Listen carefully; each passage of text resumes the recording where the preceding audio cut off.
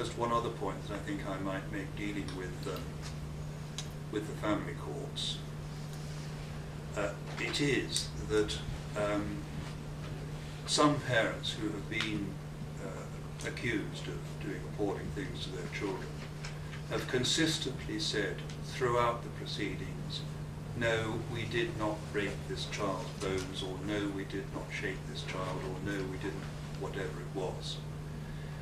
They have been overwhelmed in the first instance by the tide that has brought the proceedings into being in the first place, possibly as a result of an allegation from a paediatrician at the hospital treating the child, something of that nature. They don't know the ropes. They really don't know where they are. After a while, some of the more clued up parents start to ask questions, to try and find things out on the internet and so on and so forth. And they start tentatively to suggest to the court, to their lawyers, well look, it's being said that I've done this and I've done that, but if you look at this particular syndrome, don't you think that this could have a bearing on this particular case? They're usually about 3/4 of the way through the process by then. Most of the expert evidence is in. They get patted gently on the head by all concerned, saying, oh, well, no, don't rock the boat now. They don't get told sufficiently that they can have their own independent experts. And if they have a temerity to ask for their independent experts when they're 3/4 of the way through the proceedings, I mean, you can feel the chill wind of disapproval from the bench very often. So they're sort of kind of paralysed. What is even more indefensible, in my opinion, is that some of these persistent parents have very late in the day obtained evidence which very strongly suggests that the original hypothesis on the basis of which it's been found they have caused problems to their children is wrong. And they have gone along to the court right at the end and said, look, we can now produce some evidence that shows this is wrong. And there are too many cases where the judge has said, no, sorry, made up my mind, too late. And of course we've got to get on with this because it's in the best interests of the child. And to my mind, the judiciary in those cases where it has occurred has badly let down the family and has badly let down the country.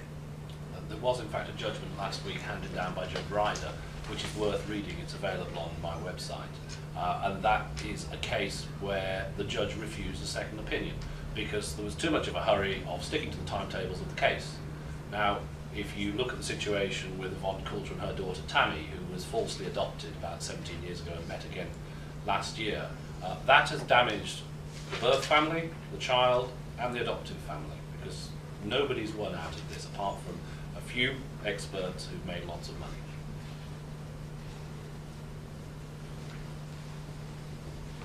You can get up to £27,000 for a report in the family court. I've seen one of those cases.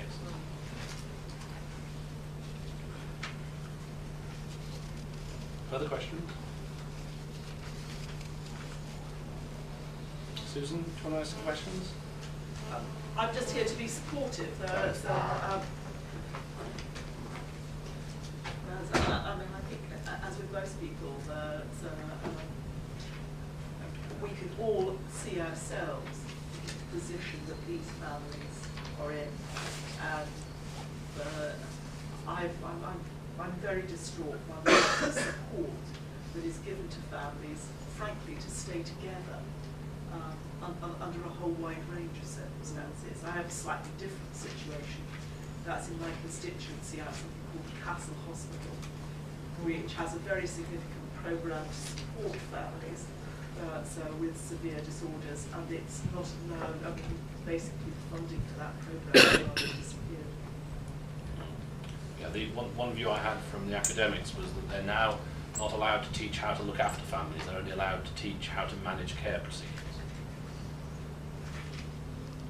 But we'll go into more detail in that at a later stage.